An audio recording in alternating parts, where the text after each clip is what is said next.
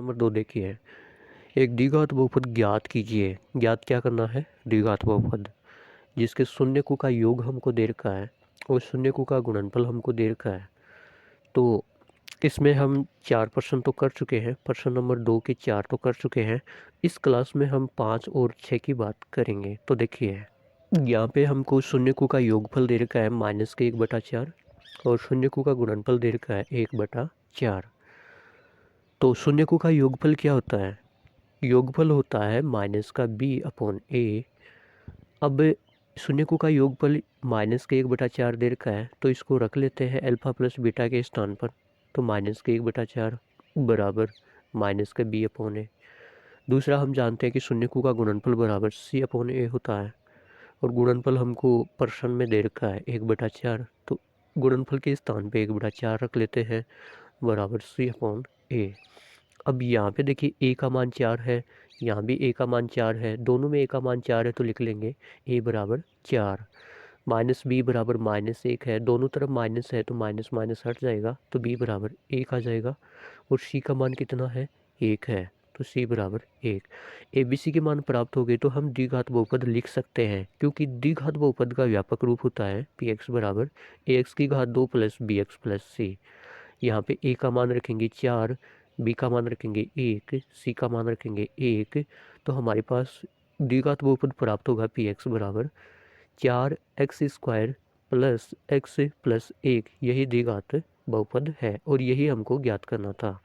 अब अगला प्रश्न देखिए, प्रश्न नंबर 6 देखिए, हमको द्विघात बहुपद के शून्यकों का योगफल दे रखा है 4 और द्विघात बहुपद के शून्यकों का गुणनफल दे रखा है 1। और पूछा क्या है? पूछा ये है कि द्विघात बहुपद ज्ञात करो।